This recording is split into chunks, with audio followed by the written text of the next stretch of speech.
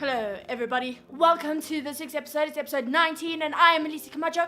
Guys, this week, I've been doing it so fast, so I haven't been on any social media, so forgive me if I miss out on anything major, although it probably won't have anything to do with the video, because this week's video is an ode to Valentine's. Yes, I am 2 weeks early, but it's fine. You can never get too ahead on Valentine's Day. We're not just talking like, oh, Valentine's Day, what a beautiful day. No, I'm gonna give you some information about Valentine's Day, where it all started, and trust me, it's a little creepy, just a little, and it involves ghosts. Most people don't really like Valentine's Day, which comes as a surprise because Valentine's Day is one of the busiest little things in the whole year, okay? It is just as big as Christmas, okay? Because you're sending out tons of cards, lots of secret admirers, there is huge amounts of chocolate boxes everywhere, little teddy bears, fortune cookies, chocolate covered pretzels. Guys, I'm sending and making a list of things that you should send me because I'm so beautiful, thank you. Oh, you know. Generally, people either love Valentine's Day or hate Valentine's Day. Now, we know that a lot of single people like myself, I admit that I used to be a Valentine's hater. I was like, no, not spending Valentine's Day, not celebrating it, I'm alone. Some single people have been so extreme with Valentine's Day and disliking it that they have even dubbed it Friendship Day. Now, Friendship Day seems like, oh wow, you can't say for something. Yeah, I'm alone, so I'm gonna spend it with my friends. Hello! Which is nothing wrong with that. Another reason why a lot of single people don't like Valentine's Day is because a lot of people say that, oh, Valentine's Day, money-making little holiday where it's aimed at people who should be loving each other every day in any case, but so why do they need it like a special day to love each other? Like, why? What is wrong with you guys? Like, do you not love each other enough? Why do we have to have Valentine's Day? Let's get into the details of why we celebrate Valentine's Day, because it's got a lot, guys. There's a lot. And most people probably know only the one story, but there happens to be a whole other like little story that will slap you in the face and be like, wake up! Valentine's Day is not just about romance. Oh, what? The origins of it, okay, as I will repeat, it's not, it wasn't originally about love. Surprise. Catch on. Dating people also, they will do two things, right? People who are dating and have significant others, they will either love Valentine's Day and want to do something super special every time on Valentine's Day, like go for supper, or go to a spa, or go to a hotel, or just like go do something that's different, which is totally fine, and they love it, and they enjoy it, and they embrace it.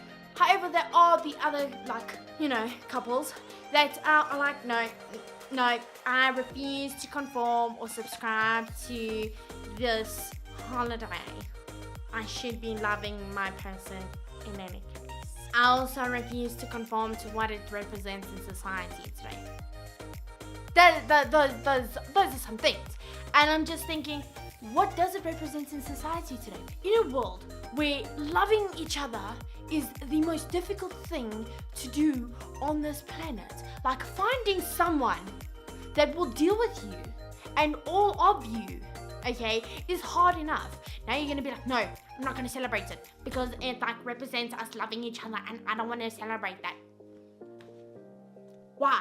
You tell me, okay? People who date and who are married and whatnot, why don't you celebrate Valentine's Day? It is an extra anniversary, It's an excuse to do something different and spoil someone and just make your days a little bit more special than the other special days that you've been doing, right?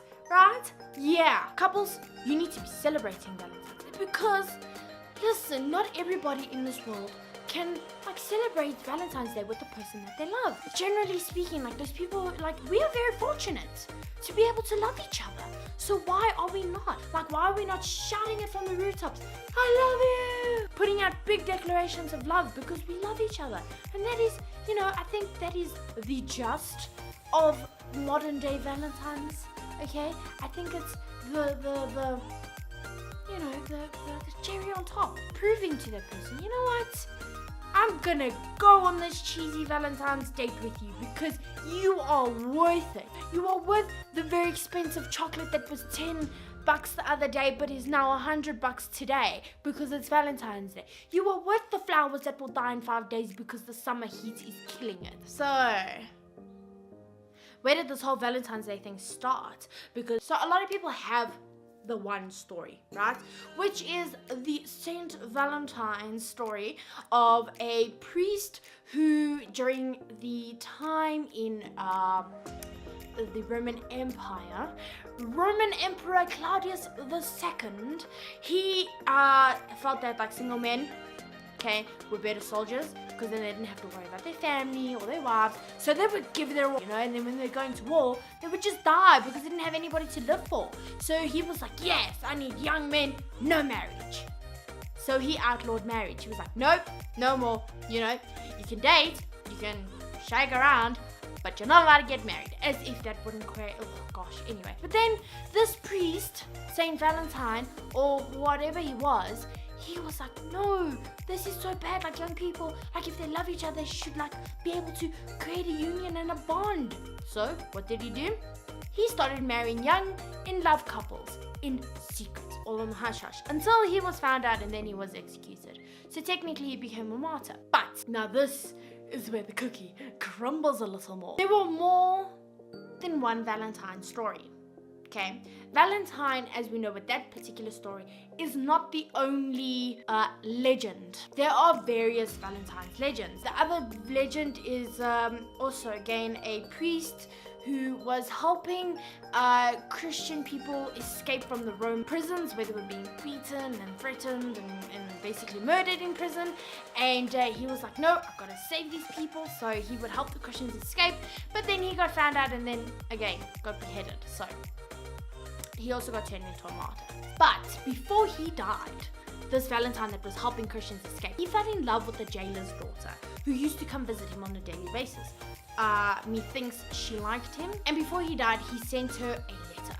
He sent her a love letter and a note. I don't know what he said, but it'd probably be like, I love you to bits and pieces from your Valentine.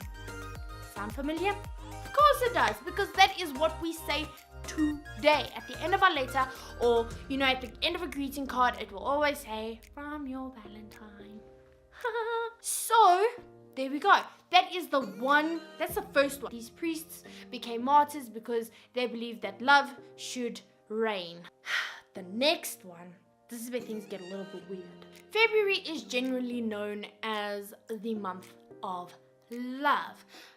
So keep that in mind when we go down. So Valentine's Day is basically like the Christian and the Roman religions or traditions mushed up into one. Now, I've told you the Christian one, here is the Roman one. So the Roman tradition of Valentine's Day is actually that of a pagan holiday, right?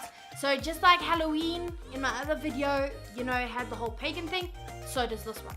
Basically, this particular day is the 15th of February. So the day is called Lupercalia, alright? And it is a day that celebrates the Roman god of agriculture, Faunus, if I'm not mistaken. I believe his name is Faunus, the Roman god of agriculture. And so they would celebrate that, as well as the founders of Rome. So Romulus and Remus. Does that sound familiar? The two little orphan boys who were found in a cave after being mothered by a she-wolf or a lupa, right? So this day celebrated those three people. That was like the pagan holiday, and that's what they celebrated. Now on this day, this is where things get creepy. The priests would come together in a little secret cave, and then they would sacrifice a goat and a dog, I'm sorry guys, for purification. And then what they would do is they would take the goat hide, strip it into pieces, and then dip it in blood, and then go into the town and just like put it on the crops and on the women of the town. Now you would think, oh my gosh, I'm getting whipped with a goat hide covered in blood. No thanks. But no, these chicks were like, woo! Guys, it was like Christmas came early for them, because they believed that by doing this, they were being blessed and they were gonna be fertile for the coming year. Then after they were all like blessed and splattered with blood, they would then go and write their names on something, tablets or papyrus paper. I don't know what they would write it on, but they would go place it in an urn. Then all the eligible bachelors of Rome, hello, they would come and they would take a name out of the urn. Imagine you finding the love of your life in an urn. I thought like, online dating was bad. You're picking your love out of an urn. Like, what the hell? So they would go and they would pick the name out, and then those two people would become couples, and eventually they would get married. So that is the Roman tradition side of Valentine. Here's where things get a little woo.